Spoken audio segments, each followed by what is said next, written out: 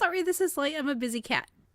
So, RWBY Volume 6, Episode 9, Lost. I had a few candidates for this episode of the week, including Pyrrha's mom or red-haired woman because I didn't want to give her a name, Jaune and Ruby. And as you can tell from the video, I drew Jaune. Yes, I know people hate him, but I kind of like Jaune. Let me just explain. While I like the bit with the red-haired woman, and she said exactly what Jaune needed to hear, I chose not to draw her because she's not returning. They didn't bother to give her a name, and she was there to bring closure to Juniper. And while I know this is kind of hypocritical because my first character of the week I drew Dudley, but with Dudley, I could address the reoccurring trope in RWBY that is incompetent authorities. Seriously, why is everyone weak sauce? Almost every single authority and or trained huntsman that they encounter is complete weak sauce and or like stupid. I mean, they did the same joke twice. They had Tweedledee and Tweedledum, number one, with Dee and Dudley, and Tweedledee and Tweedledum with the Atlas guards. Like, why are they doing this? We don't need incompetent authorities. It's kind of weird. It's not even funny. On to Ruby. The reason I didn't draw her this week was because I drew her last week, and I have a small nitpick with her dialogue at the end of the episode. I love that she's taking charge. It's great. She's putting her foot down on all the negativity, and she's trying to get everyone back on board.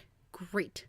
But her speech just didn't make any sense. She's implying that she doesn't need any help from the adults, despite the fact that she's on this mission because of information that Crow gave her, despite the fact that Crow saved her from Tyrion, despite the fact that they probably would have died in Brunswick Farms if it wasn't for Maria's help. This is a great moment for Ruby, and the writing is just making it sound like she's having a tantrum, and it's not working for me.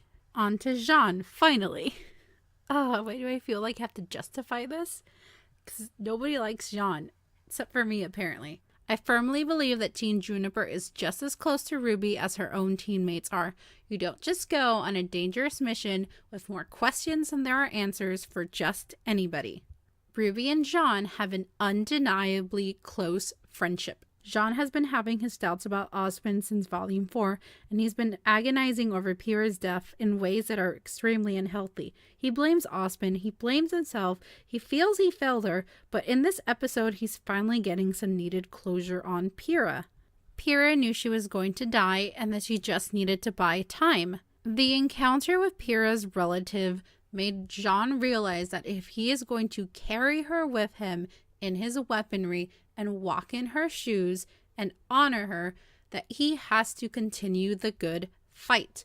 And now that Jaune is back on board and ready to go, we have a plan. A stupid plan, but this is RWBY and stupid plans tend to work. And that's all I have to say about this episode. Jaune learns to keep moving forward despite the odds.